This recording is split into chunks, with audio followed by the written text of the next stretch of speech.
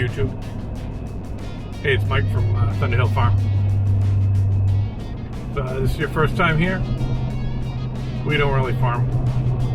We grow rocks, blueberries, and poison ivy. And if you know what I can do with poison ivy, let me know. Hey, so been a while since I've cut a video, and haven't been doing much tractor stuff, but that's about to change. So, my oldest piece of equipment that I've purchased is about 18 years old now, and that was a Woods 60-inch BrushBull, my rotary cutter, or brush hog. And she's getting a little long in the tooth. It was really a light duty unit. I should have bought a medium or heavy duty unit when I bought it. I didn't know any better. And the guy that was selling it to me didn't bother to ask questions. So anyway, I had it for 18 years. I'll probably be able to get $1,000 out of it. It's did a few rocks in its day. Anyway, I did my research on what was out there and kind of came down to 3 different options. I wanted to step up to a 72-inch first off. So, then I researched a bunch of the models out there. Probably should have looked at the Brush Hog brand, but I don't know any dealers up here. So, I ended up looking at Rhino, and Land Pride, and Woods. So I went with a medium duty cutter, again 72 inches, and I want to pick it up today. So you'll get to see what it is when I get it home. Got my equipment trailer in tow. That's new this year too. I didn't do a video on that. Picked that up earlier this year. It's a nice rice. It's a rice 20 foot with a beaver tail. It's got some upgraded axles. Got 6,000 pound axles on it, so she can take a little bit extra abuse.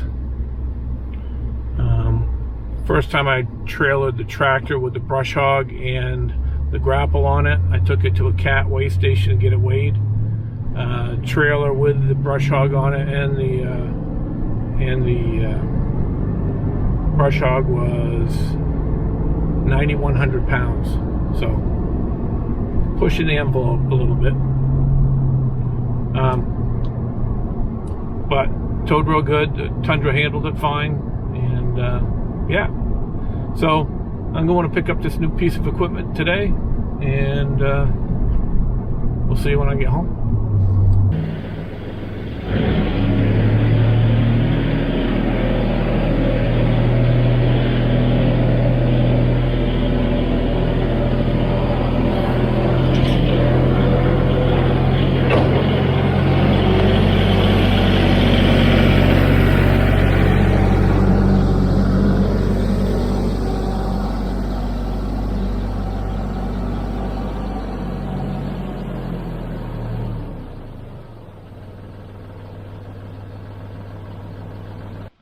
Last time I'm going to be taking this off, the old Woods BrushBull 60.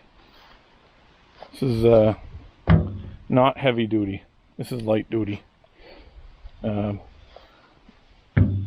I come through the top with the blade, hitting a rock. Just hit a lot of rocks in a day. You can see where I've had to have it mended up before.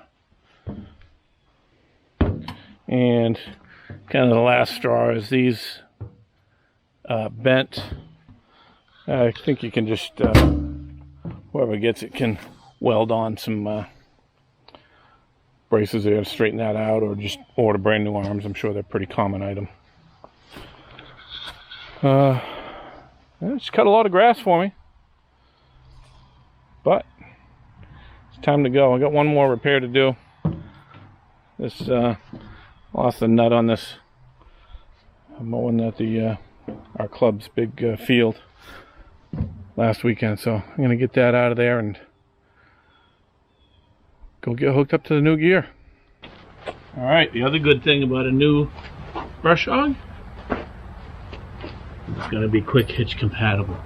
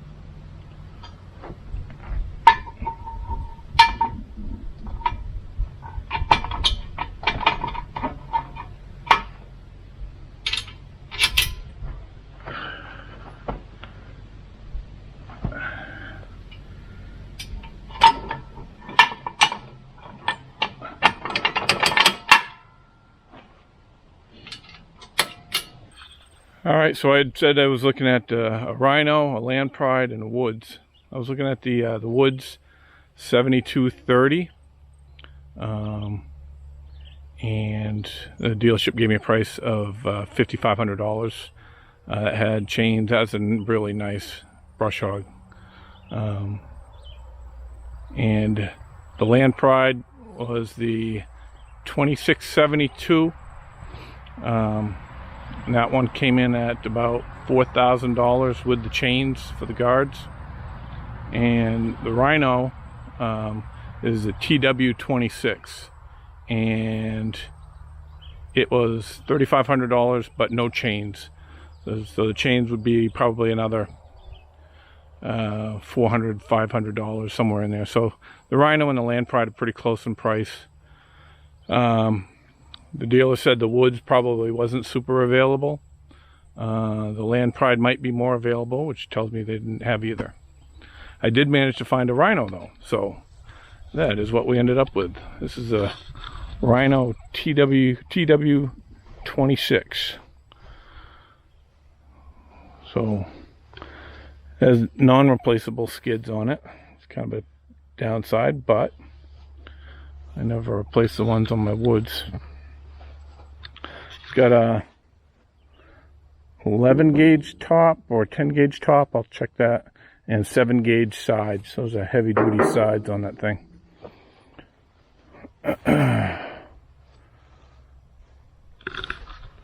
This assembly is different. I wonder how long this sucker's gonna stay not bent. We'll see. I'm gonna try to be a little easier on this one. So got some kind of flexing mechanism here. I'm gonna have to see how to adjust with that on it. I'm not quite sure yet. Oh, yeah, it's a good looking rig. There's a access hole here to unscrew the blades when you want to change the blades. So it's not ever going to be any prettier than it is right now. Brush hog is one of those things that takes abuse. So let's get it hooked up.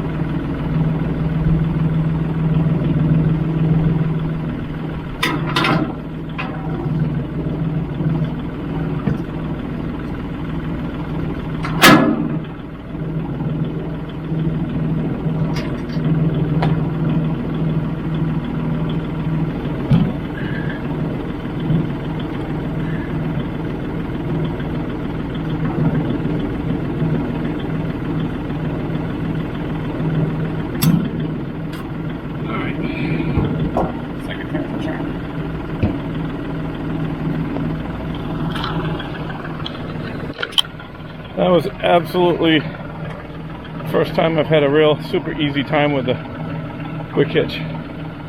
Hooking up. That went slick as snot. Okay, let's get it up and out of here.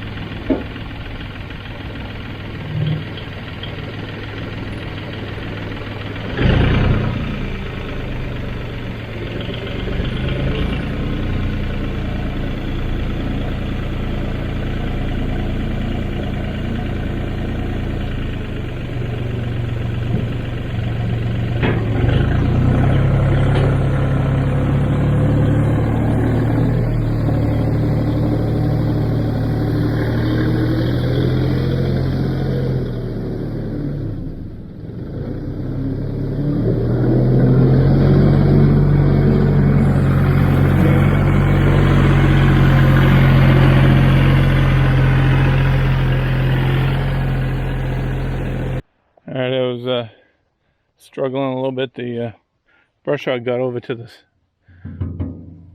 side and was kind of hooked underneath this. It's alright, we're going slow enough. No harm, no foul. Let's take a look underneath this thing.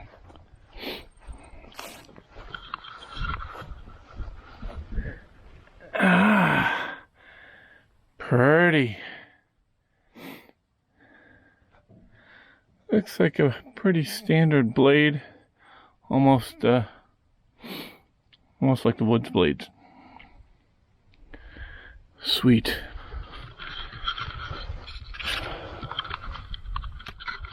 All right, let's start up the PTO. Check it out.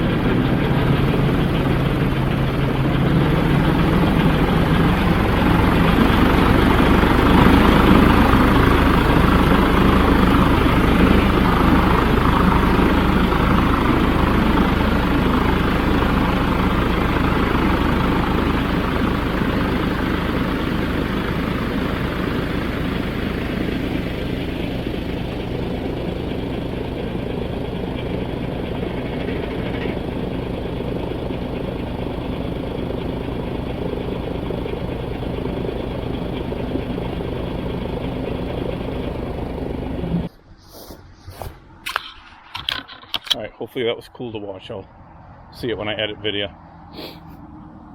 Okay, so let's see.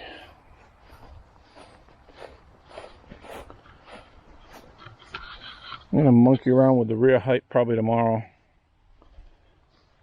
Although it looks pretty decent where it is, but I got a lot of rocks here, so I'm probably gonna bring it up a little bit.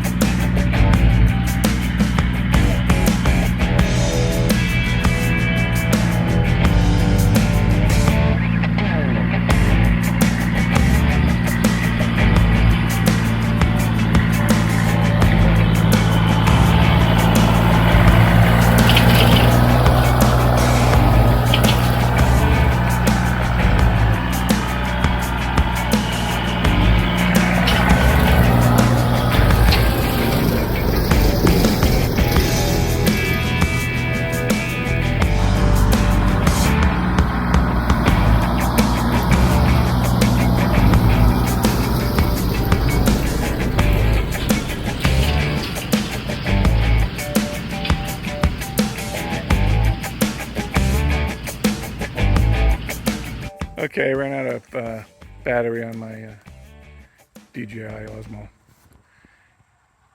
Anyway, we'll finish up on the phone. So, pretty happy with how that mower operated today. One thing I got to get used to is the extra width. So it's got an extra 12 inches there. So the extra 12 inches is a little bit weird to get used to. After mowing for so many years with the other brush hog, I got to get this thing straight. She's not straight on there. Let me straighten that out. All right, there we go. That's better. Yeah, the tire. The tire. No wonder I was having a little bit of trouble with it. What's weird is you got an extra 6 inches on each side. Now you got to kind of figure out where to keep that mowed section of grass, because now essentially mowing out as far as the rear tires, whereas before I'd only mow out as far as the front tires. So I guess keep that trimmed edge, or the untrimmed edge, just on the outside of that tire. Probably work pretty good. We'll see. It'll just take you a little getting used to. All right, so that's the Rhino TW26. All right, color me happy.